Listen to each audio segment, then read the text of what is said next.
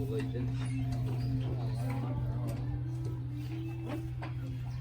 on straight and carry it there. Alright, we're ready. If you can't, just say so. 1, 2, 3. Oh, yeah. Radio.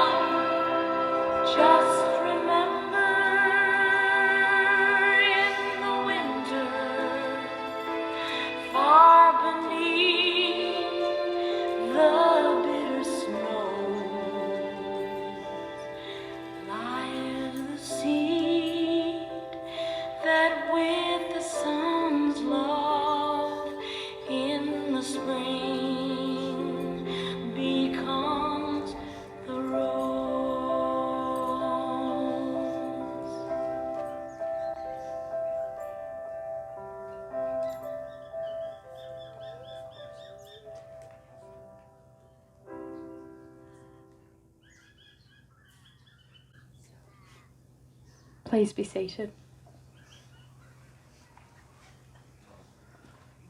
On behalf of Melony, Kim and family, I would like to warmly welcome you to Melony and Daniel's home for the funeral service to celebrate the life of Sandra Joy Williams, a special person in your lives. This funeral service is also being recorded for family and friends that cannot be with us here today. I welcome those joining, present, and those watching. We all come together to celebrate Sandy's life, a farewell with love and reflection of those moments Sandy brought us joy or influenced us. You come here today as family and friends. United in your loss of this special lady, we honour Sandy in our hearts and hold her dear in our memory. May we spend a quiet moment thinking of people that cannot be with us here today.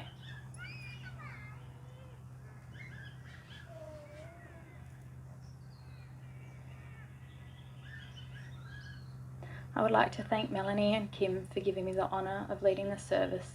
My name is Nikki Boys. As we unite in loss and memory, we're reminded of the fragility of life. We remember many of the times that Sandy touched our lives and realise the uniqueness in which she crossed our pathway. May we also think about how our life impacted Sandy. I would like to share the eulogy on behalf of Melony.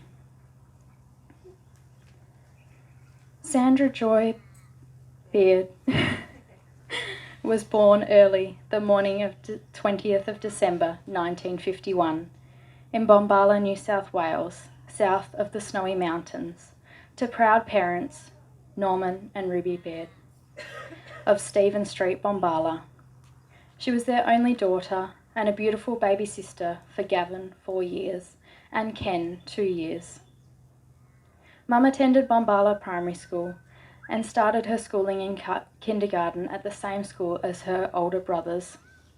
They would walk to school as it was only a short distance down Stephen Street, across the creek and up to the top of the big hill where the school was in Wellington Street. Their grandmother lived in Wellington Street, so they sometimes would visit her after school and have some special treats. When Mum was 8, they moved to their house in Cathcart, where Grandad bought a farm, and Mum and Uncle Ken went to Cathcart Primary School to finish their junior schooling. This is where Mum met her long-time childhood friend Jenny. Jenny shared with me a story of how her and her mum spent many a days riding their bikes together, and Nana always yelling out, "Sandra, put your shoes on." And sure enough, one time when she didn't have her shoes on, her foot slipped off the pedal and she skinned her toes on the very minimal amount of bitumen on the main street of Cathcart. Nana had no sympathy for her when she ran to her crying with her injury. Jenny was sent home, and that ended the day's riding play date.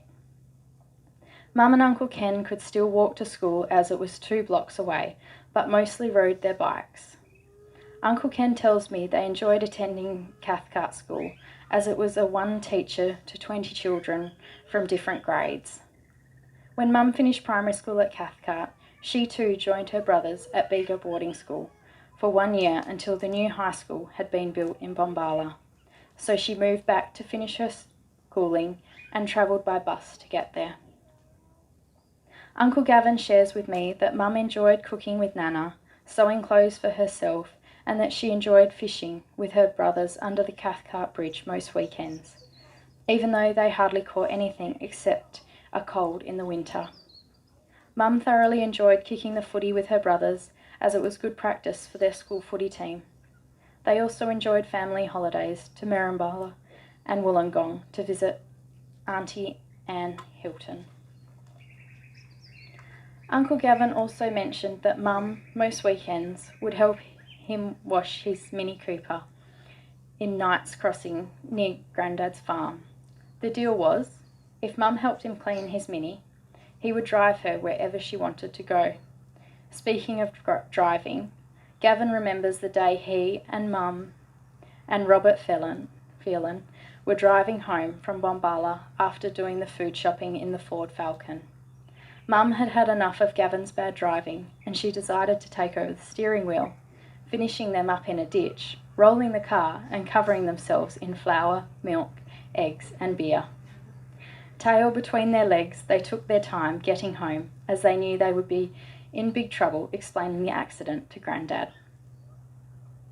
Mum always enjoyed her sports. She played hockey and football in the high school teams, and basketball after school. As an adult, Mum always enjoyed squash and tennis, which she played mostly in her time in the Pilbara and Carnarvon, where she won many tournaments. Mum always encouraged Kim and I to take part in many a sport during our childhood, driving us to many trainings during the week and weekends full of games. She also coached and managed some of our T-ball and football teams, and was our number 1 fan on the sidelines. Mum also enjoyed swimming, whether it was at the beach or the local swimming pool. Later in life, also thoroughly loved water aerobics, which Dad jokingly referred to it as water erotics, with her dear friend Pat finishing with cake, coffee and lunch dates afterwards. During 1968, Mum started her nursing career to become a registered nurse's aide, which was later renamed to enrolled nurse. Mum did a 14-month course at the Canberra Hospital, which was formerly known as Wooden Valley Hospital. In this time, Mum lived on level 6, Ward C and D, wing, which was actually the top floor of the hospital, as the nurses' units were full. Mum shared her room with a lady by the name of Cheryl Rees. They became great friends and spent a lot of time together. Their friendship was a solid one during and after they both completed their nursing course. In 1969, a lady by the name of Sharon joined level 6 when she started her nursing course, the intake after Mum's. Mum and Sharon formed a beautiful friendship that lasted until today. Just in the past week, Sharon has shared some wonderful memories and photos of her and Mum's nursing years. Sharon's memories of Mum were that they had a lot of fun getting up to mischief on level 6, describing Mum as a cheeky life of the party. One of the most memorable weekends together was a trip with Sharon's then boyfriend Frank and a few other guys and girls to the 1969 Hardy Freddo 500, which was the 10th running of the Bathurst 500 production car race. It was held on the 5th of October at the Mount Panorama circuit just outside Bathurst, New South Wales. Cars competed on a 5 classes based on the purchase price of the vehicle. We only just recently visited Sharon and husband Frank in Canberra during our cruise and New South Wales trip back in February. In 1970, Mum finished up her nursing course, and in the mid-70s, Mum fell pregnant to a man she hadn't known long, and whom didn't want to know about the pregnancy or the baby. What a jerk. And that was the last Mum saw of him. She did tell me she crossed paths with him in Cairns a few years later, where she kindly gave him a shiner and told him where to go in some choice wording. During her pregnancy, Mum moved to Sydney, where she worked in a butcher shop and nannied for a family, where I'm told she boarded until May 1971, when Mum gave birth to a son, who was put up for adoption and later named David. Sometime between Mum's pregnancy and with David and moving to Perth, Mum did some form of hostessing on the trains with friend Cheryl. The details given to me are a little vague and conflicting, but I believe later in 1971 she continued her nursing career at the Royal Perth Hospital. During this time of her nursing career, knowing no one and new to Perth, Mum boarded at the hospital, working in all areas of nursing, including trauma, surgery and emergency. Through nursing friends, Mum later moved into a shared house with friends Margie Lamb and Deb Hetherington, whom she had kept contact with till her passing. During one of their house parties, Debbie invited Dad, who was a childhood friend, because their families lived across the road, to a house party where she introduced them. At this time, Mum wasn't too keen on Dad, and her friend moved back to Canberra, New South Wales, where Mum went back to working at the Canberra hospital. Mum and Deb continued to stay in contact. Mum returning to Perth, surprising Deb at her wedding, and rekindled a relationship with Dad the next day. From there, Mum moved into Dad's family home with Granny and Pop in Mount Pleasant, returning back to nursing at Royal Perth Hospital while Dad worked as a chef at the Freeway Hotel in South Perth. During this time is where Mum met Louise, who also became a lifetime friend, and although moving away from each other numerous occasions, they always kept in contact with one another. On the 4th of April 1975, Mum and Dad married at the Greek Methodist Church, Como, with Auntie Pauline and Uncle Harry amongst the bridal party. Their reception held at the Freeway Hotel. In later 1975, Dad went up north to Dampier in prospects of finding a job. He landed a chefing job for the Poon brothers in the Poon's Kitchen, which was the kitchen for the single men's camp for the mine at Dampier Port. This is where Kim also stayed in camp during his very first stint working up north 13 years ago, some 31 years apart. Mum and Louise decided to drive north to Dampier in Dad's car to surprise Dad. Dad then introduced Louise to a work colleague, Eddie, and they later married. Mum found work at Dampier and Roban hospitals. This is where her friendship started with Mary Stewart, who is also one of Mum's lifelong friends. During Mum and Dad's time in Roban is where they began another lifelong friendship with the Gindel family, Ada and Ernie, along with children Tony, Michael and Maria. They were a big part of our lives in the Pilbara, but always keeping in contact when we moved to Perth. On the 31st of March 1980, Mum and Dad welcomed their firstborn and best daughter, me, Melony. Mum continued nursing up until the day I was born, even riding her bike to work that day. From there we relocated to Carnarvon, where Dad took up work at the Gascoyne Hotel as head chef, and Mum stayed at home doing her home duties as a new mum. Shortly after Mum and Dad conceived Kim, who was actually born in Perth, the day of November 22nd, 1983. Kim made his entrance to our family. After Kim was born, Mum was active in the local Carnarvon playgroup and mothers groups. My kindy years and year one was spent here also. One of Danny's favourite stories that Mum told her was when she used to take us kids for a day trip to the airstrip to watch the Air Force planes fly over. Kim eagerly watched from inside the car with the window half down, and with excitement, standing on the back seat, raised his hands to clap above his head and toppled head first out of the car window, much to Mum's shock. Following this, we made the move as a family of 4 to Perth. Mum and Dad rented off their friend in Anzac Terrace and later moved to Rugby Street, Bassendean, where they continued renting, and Mum returned to part-time nursing at Embleton Nursing Home for around 15 years. Kim and I spent unusual, weird nights having sleepovers on recliner chairs at Mum's work when she couldn't get a babysitter. Through school friendships, Mum also formed her own relationship with 2 other mothers, Lorraine and Gay. Lorraine lost her fight with breast cancer after a long remission and was laid to rest in a purple casket, signifying her fight with breast cancer. A recent wish of Mum's was also to have a purple casket, like her dear friend Lorraine, to also signify her journey with cancer. Between 1990 and 1991, David's Mum's first son reached out to his biological mother. From there they formed a small friendship and contacted each other every few months, and they visited each other a few times. The year of 1994 brought bigger things, and Mum and Dad purchased their first home at 9 Miller Street in Beachborough. This was their first and only home together, which they now own. In March and December of 95, Mum sadly buried both her parents, both 81 years of age, to which she only visited their finished grave on the 16th of February this year.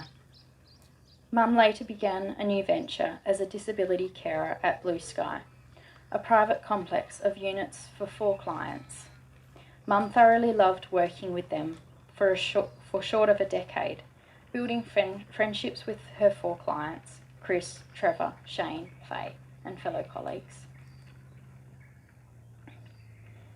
In 2001, I got my learner's permit. With Dad always working away, Mum was left to take me out to Whiteman's Park to teach me how to drive our family Ford station wagon.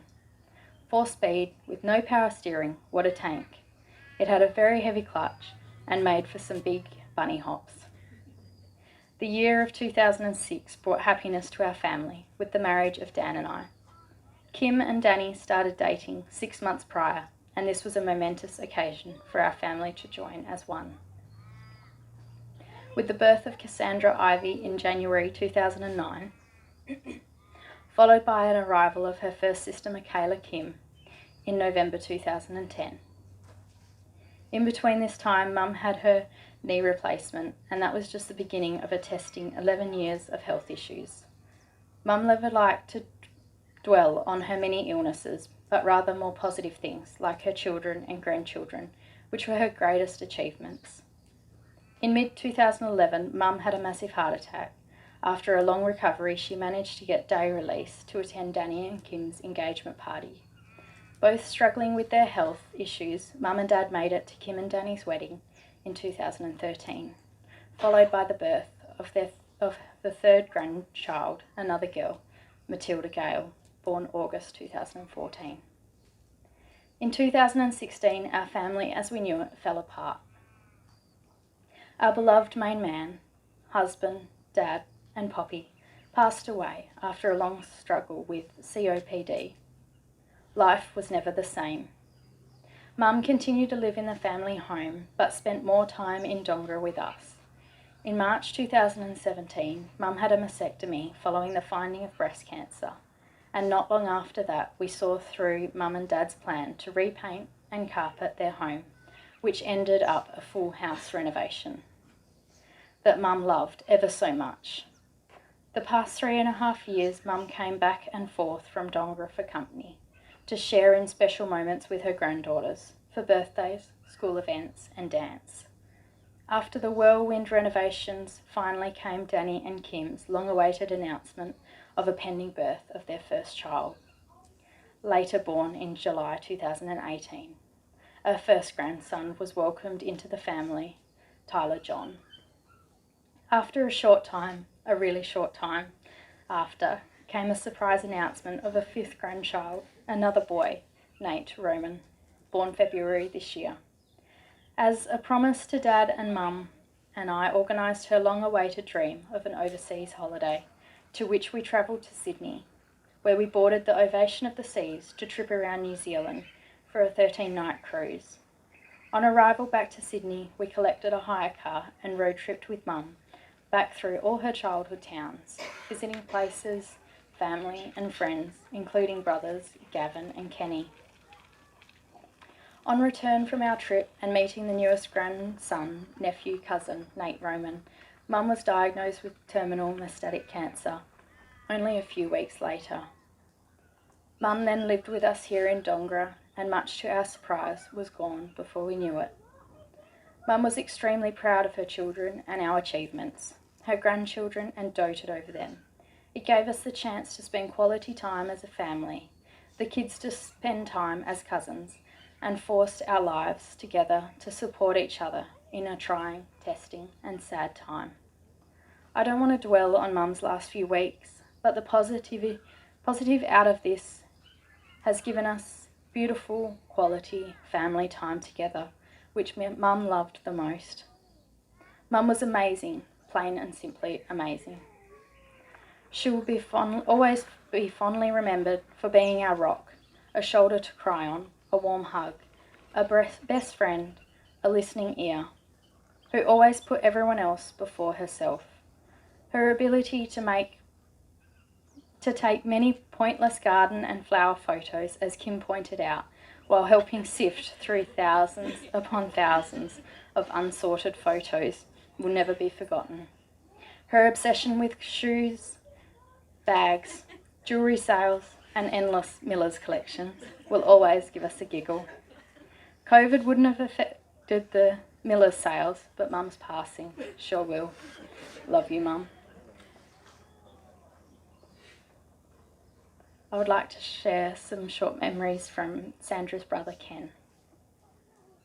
Sandra was an angel sister to her brothers.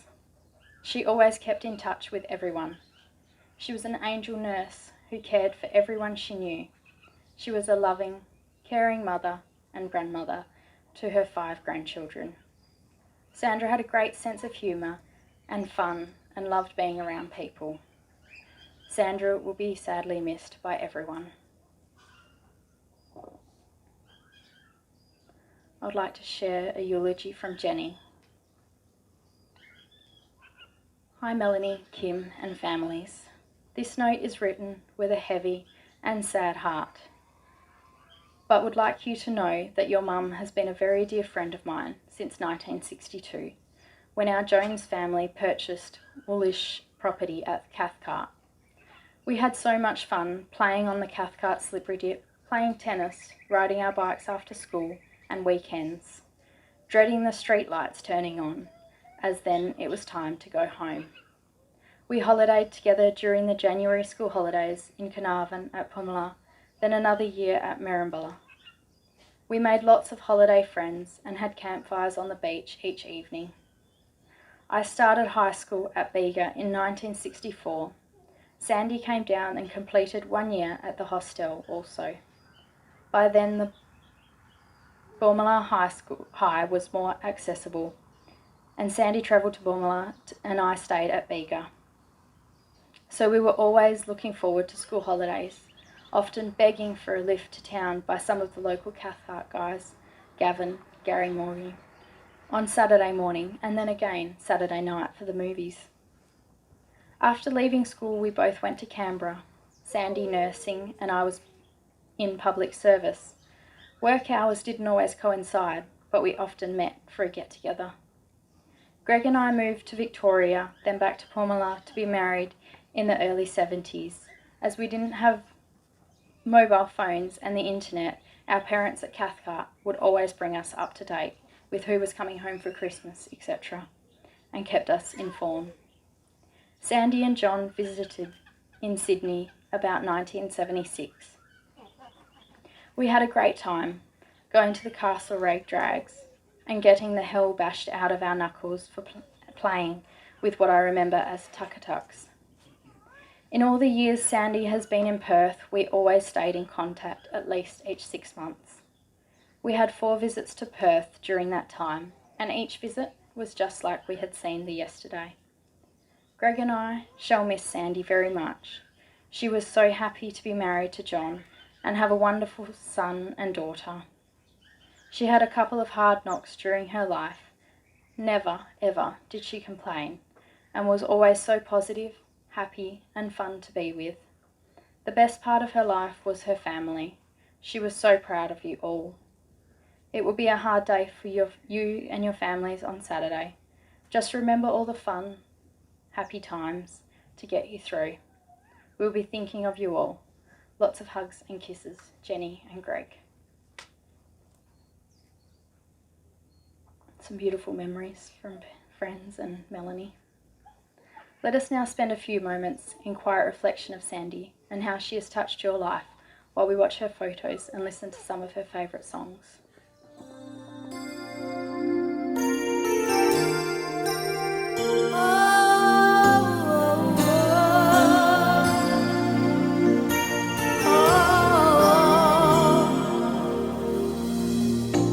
It must have been cold there in my shadow to never have sunlight on your face. You were content to let me shine, that's your way. You always walked a step behind. So I was the one with all the glory, while you were the one with all the strength. A beautiful face without a name for so long. A beautiful smile to hide the pain. Did you ever know that you're my hero? And everything I would like to be. I can fly higher than an eagle.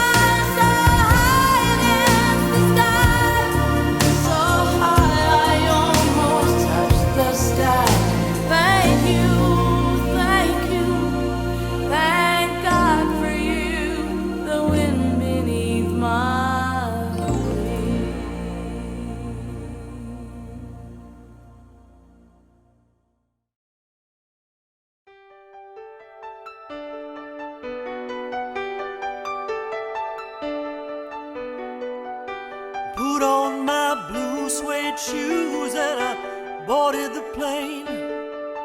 Touched down in the land of the Delta Blues in the middle of the pouring rain. W.C. Handy, won't you look down over me? Yeah, I got a first class ticket, but I'm as blue as a girl can be. Then I'm walking in Memphis. I was walking with my feet 10 feet off a bill. Walking in Memphis. But do I really feel the way I feel? I saw the ghost of Elvis on Union Avenue. Followed him up to the gates of Graceland. Watched him walk right through. Now security, they did not see him. They just hovered around his tomb. But there's a pretty little thing waiting for the king down in the jungle room. When I was walking in Memphis, I was walking with my feet 10 feet off a bill. Walking in Memphis. Do I really feel the way I feel? Walking in Memphis. I was walking with my feet 10 feet off a bill. Walking in Memphis. Do I really feel the way I feel?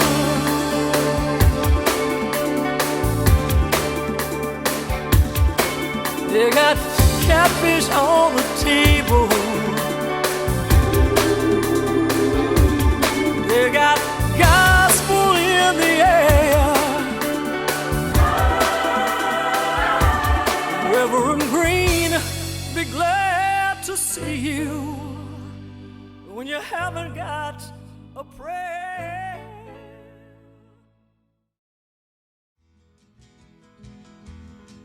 You can dance, every dance with the guy that gives you the eye, let him hold you tight. You can smile, every smile for the man who held your hand beneath the pale moonlight. But don't forget who's taking you home and in whose arms you're gonna be. So darling, save the last dance for me. Ooh. Oh, I know that the music's fine like sparkling wine. Go and have your fun. Oh, I know. Laugh and sing. Yes, I know. But while we're apart, don't give your heart to anyone. Cause don't forget who's taking you home and in whose arms you're gonna be. So darling, save the last dance for me. Ooh. Baby, don't you know I love you so? Can't you feel it when we touch? I would never, never let you go. I love you oh so much. You can dance, go carry on till the night is gone and it's time to go. If he asks, if you're all alone, can he take you home? You must tell him no. Cause don't forget who's taking you home and in whose arms you're gonna be. So darling, save the last dance for me.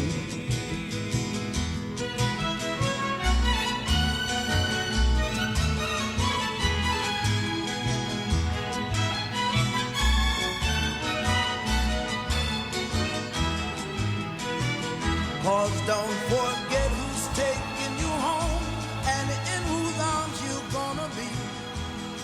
So darling, save the last dance for me.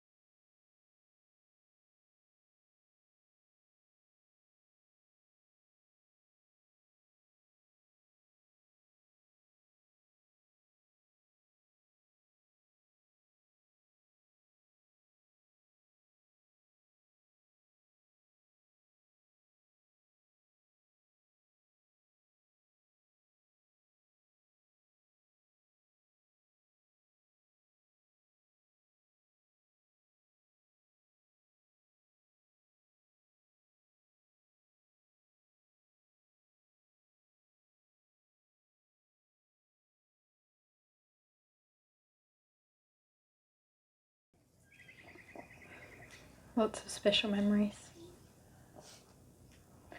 I would like to share a eulogy from Debbie Marks. It is with great sadness that I heard of Sandy's passing last week, and I feel privileged Melony has asked me to write some memories of my friendship with her. I met Sandy in 1971 when I moved into the nurses' quarters called Kirkman House in Murray Street, Perth. Sandy was already a qualified enrolled nurse, or as we called it then, nursing aide, and I had just started my training. Sandy was very close to Heather Williams, and on a chance meeting in a lift, Margaret and Kay Lamb asked them if they wanted to share a house in Shelton Park in early 1972. I moved into this house later that year. It was at this house I introduced Sandy to John, who had been my friend and neighbour since I was about 10. John was working at a bakery in Claremont as a pastry chef, and many early mornings were spent meeting John after work. They had a brief relationship before Sandy and Heather moved back to New South Wales in 1973. Sandy and I continued to stay in touch, and on April 6, 1974, she and Heather turned up in Perth unexpectedly by car to attend my wedding. Sandy then touched base with John the next day, and 12 months later, on the 4th of April, they got married. Their first rental home was in Wellington Road, Morley. I met Sandy's brother Kenny on at least 2 occasions, and although she lived away from him, she still spoke of him fondly. I didn't get to meet her other brother. My lasting memory of Sandy will be of Sandy's caring nature and a never-say-die attitude to life, even when health was at its worst. She loved John and her children and grandchildren. She was proud of her family, and they meant the world to her. Sandy didn't aspire to be someone she wasn't, and she was the most down-to-earth lady that I had the privilege to know. I know she will be an angel looking out for her family always. God bless you, my lovely friend. Love, Debbie Marks, nee Hetherington. Danny, would you like to come and share the poem?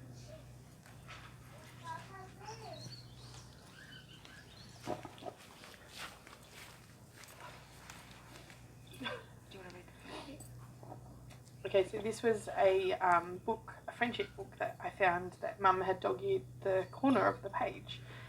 So it says, you don't just luck into things as much as you'd like to think you do. You build step by step, whether it's friendships or opportunities. I don't think it was luck that our paths crossed. Your friendship is one of God's gifts designed especially for me.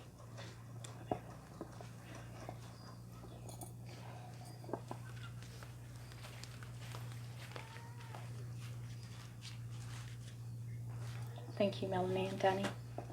Ladies and gentlemen, our ceremony for Sandy is almost concluded, and we now have to say a loving and tender final farewell to her. We are deeply grateful for Sandy's life and for all that life has meant to you. We thank her for the impact of her life on yours. We remember her smile, we remember her frown, and her love of life. We remember the fun times, the hard times, the struggles and the triumphs. Sandra Joy Williams, may your soul rest in peace. Family, followed by friends, are invited to come forward and place some lavender and rosemary on Sandy's coffin as we say a final farewell. For those watching, I invite you to light a candle in your home in remembrance of Sandy. And at the back is a table with a memorial book if you would like to leave a message for the family. The family, thank you all for your attendance here today.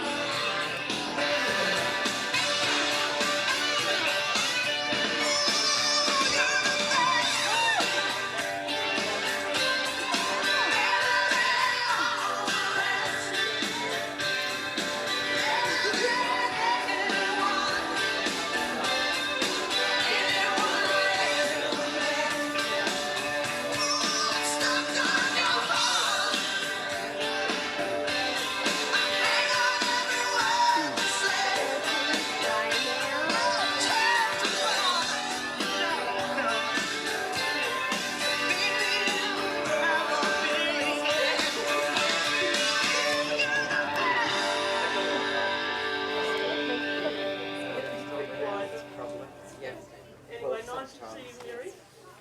No, darling, have we got everything left yet? Oh, you've got the lavender edamame. Put everything together here. Oh, so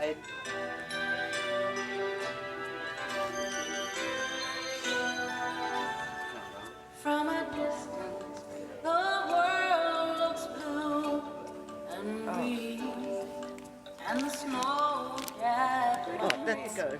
Look. white. Oh, what was that? Tissues. Oh, yeah. She expected us to cry.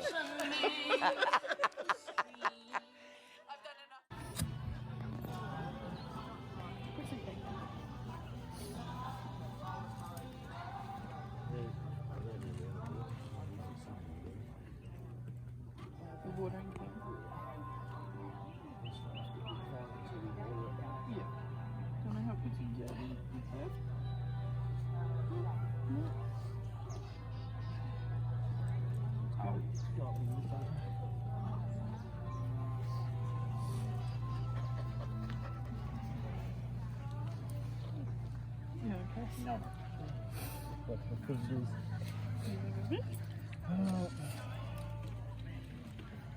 It's you again, Dad. Yeah, got me again, mate.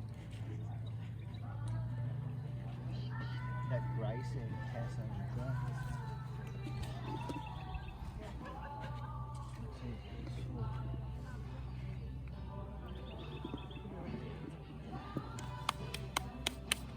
Back the door.